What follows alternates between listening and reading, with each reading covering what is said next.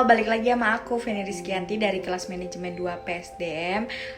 Aku bakal ngejelasin tentang human capital atau modal manusia. Stay tune ya. Yang pertama ada arti dan pentingnya human capital.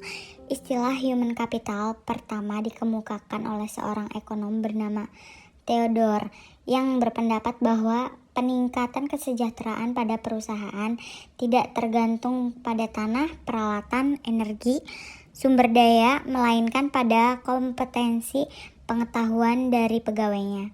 Kemudian ia mendeskripsikan posisi human capital sebagai kemampuan sumber daya manusia yang diperoleh melalui investasi pada sumber daya manusia, yang mendeskripsikan bahwa human capital terdiri dari 4 hal, yaitu yang pertama kemampuan, yang kedua perilaku, yang ketiga usaha, dan yang keempat waktu, dan semuanya ini dimiliki dan dikendalikan sepenuhnya oleh pegawainya.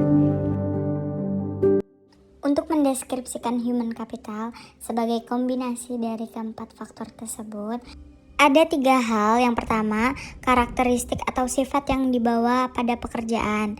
Misalnya, inteligensi, yang kedua energi, yang ketiga sikap positif, yang keempat keandalan, yang kelima komitmen. Penting untuk diingat bahwa karakteristik ini dapat bervariasi tergantung pada jenis pekerjaan dan lingkungan kerjanya. Beberapa pekerjaan mungkin lebih menekankan pada karakteristik tertentu, sementara yang lainnya mungkin membutuhkan kombinasi yang berbeda.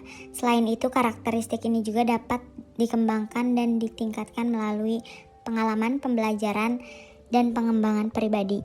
Selanjutnya, yang kedua, kemampuan seseorang untuk belajar melibatkan beberapa faktor termasuk kecerdasan, imajinasi, kreativitas, dan bakat. Penting untuk diingat bahwa setiap individu memiliki kombinasi unik dari kemampuan ini, dan setiap kemampuan dapat dikembangkan dan ditingkatkan melalui latihan, pengalaman, dan pembelajaran berkelanjutan.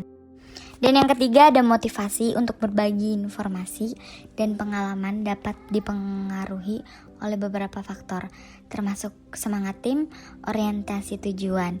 Dalam kombinasi semangat tim dan orientasi tujuan menciptakan iklim kerja yang mendukung dan motivasi individu untuk berbagi informasi dan pengetahuan.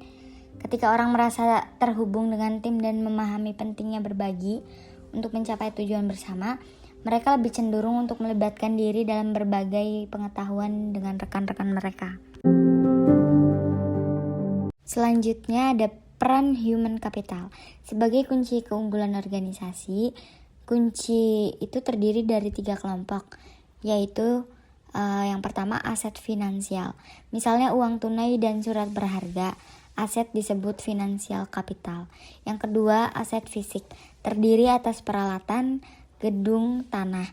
Yang ketiga, aset tak berwujud, modal organisasi, aliansi, bisnis, pelangganan, merek, reputasi, modal, dan intelektual.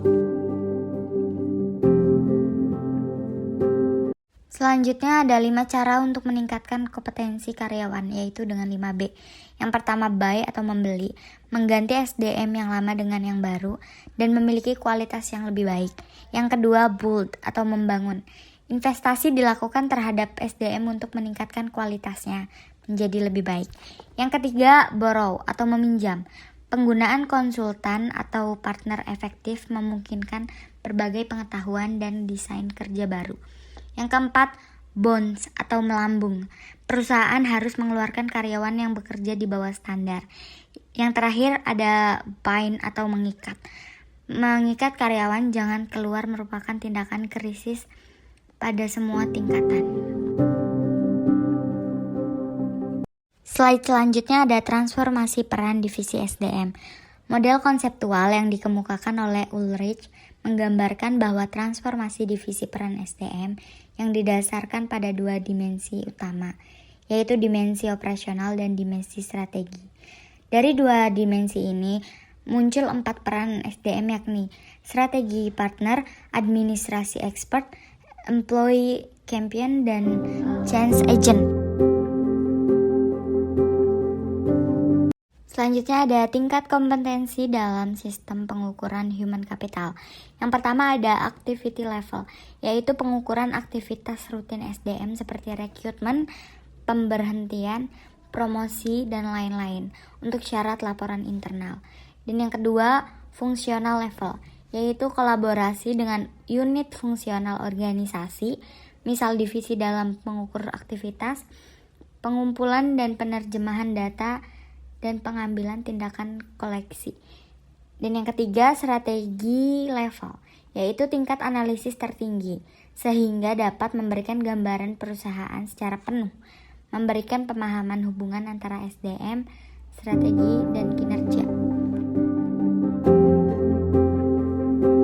Selanjutnya ada paradigma perubahan karyawan. Langkah perusahaan pengubah olah pikir.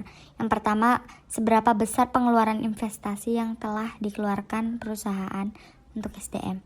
Yang kedua, bagaimana tingkat return of investment atas investasi tersebut. Yang ketiga, dapatkah dari beberapa investasi tersebut dialokasikan kembali untuk mendapatkan ROI yang lebih baik. Ada juga pandangan perusahaan yang hanya dapat cost saja dalam pengelolaan human capital, harus ditinggalkan. Artinya, investasi dalam SDM dipandang bukan sebagai biaya saat ini, melainkan investasi aset masa depan. Selain itu, tantangan juga dapat dari investor. Jika mereka membutuhkan informasi untuk membuat keputusan tentang SDM, sehingga mereka memiliki gambaran perusahaan komprehensif dan dapat memprediksi kemampuan perusahaan dalam menciptakan nilai di masa depan.